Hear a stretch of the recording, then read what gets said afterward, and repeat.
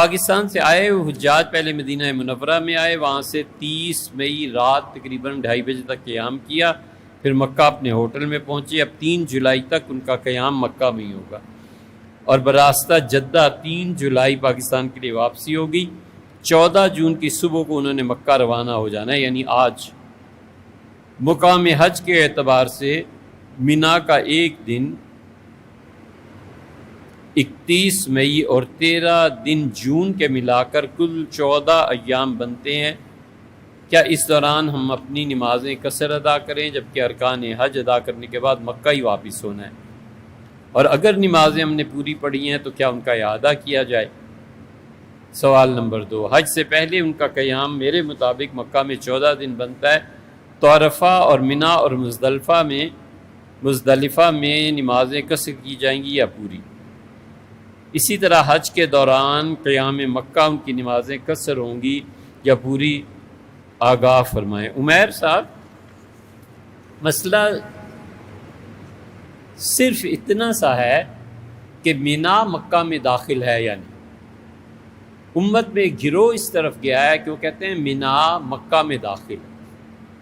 اگر مکہ میں آپ نے 15 دن کا قیام کرنا ہے، 14 نہیں 15 کا، تو مینا میں بھی آپ مقیم ہیں، عرفہ میں بھی مقیم ہیں، مزدلفہ میں بھی مقیم ہیں، مکہ میں بھی مقیم ہیں، کیونکہ مینا آپ مکہ میں داخل مانتے ہیں۔ ہم اسے داخل اس لیے مانتے ہیں کہ حکومت سعودیہ نے خود اعلان کیا ہے کہ آج کے بعد مینا مکہ میں داخل ہے۔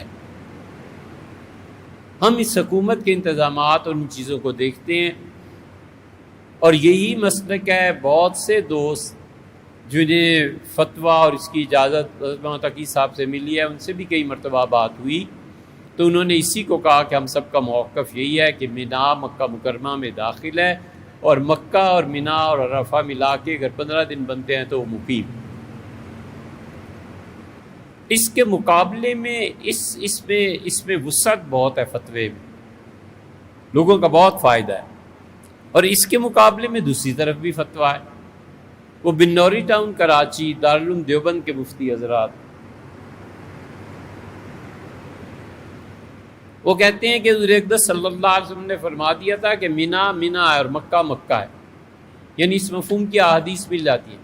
وہ کہتے ہیں قیامت تک مینا مکہ کا حصہ بن ہی نہیں سکتا، مینا الگ ہے، مکہ الگ ہے، وہ اسی پہ فتویٰ دیتے ہیں، اور وہ کہتے ہیں کہ مینا مکہ میں شامل ہے ہی نہیں۔ اس فتوے میں بہت زیادہ احتیاط ہے، پہلے میں وسعت ہے، دوسرے میں احتیاط ہے، دونوں میں سے جس پہ بھی عمل کر لے کوئی، انشاءاللہ وہ ٹھیک رہے گا۔ اگر کوئی اس پہ عمل کر لیتا ہے کہ مینا مکہ کا حصہ ہے، کچھ نہیں کہنا چاہیے، اور کوئی اس پہ عمل کر لیتا ہے کہ مینا الگ ہے اور مکہ مکرمہ الگ ہیں، انہیں بھی کچھ نہیں کہنا چاہیے، سب اپنی اپنی جگہ پہ ٹھیک ہے۔ آپ اس کی مثال دیکھیں، فقہا نے لکھا ہے کہ اگر سعودی حکومت سے چاند کی رویت میں خطا ہو جائے، انسان ہی ہے نا، نہیں پتہ چلا ذی الحج کا چاند ہوا یا نہیں ہوا، اور یہ ثابت ہو جائے کہ عرفہ جو ہے وہ 8 ذی الحج کو ہو گیا ہے، یا عرفہ میدان میں جو جانا تھا وہ 11 کو چلا گیا، تو فقہا کہتے ہیں حج ہو جائے گا، مت اس بحث پہ پڑھو۔ تو اسی طرح اس بحث میں پڑھنا ہی نہیں چاہیے۔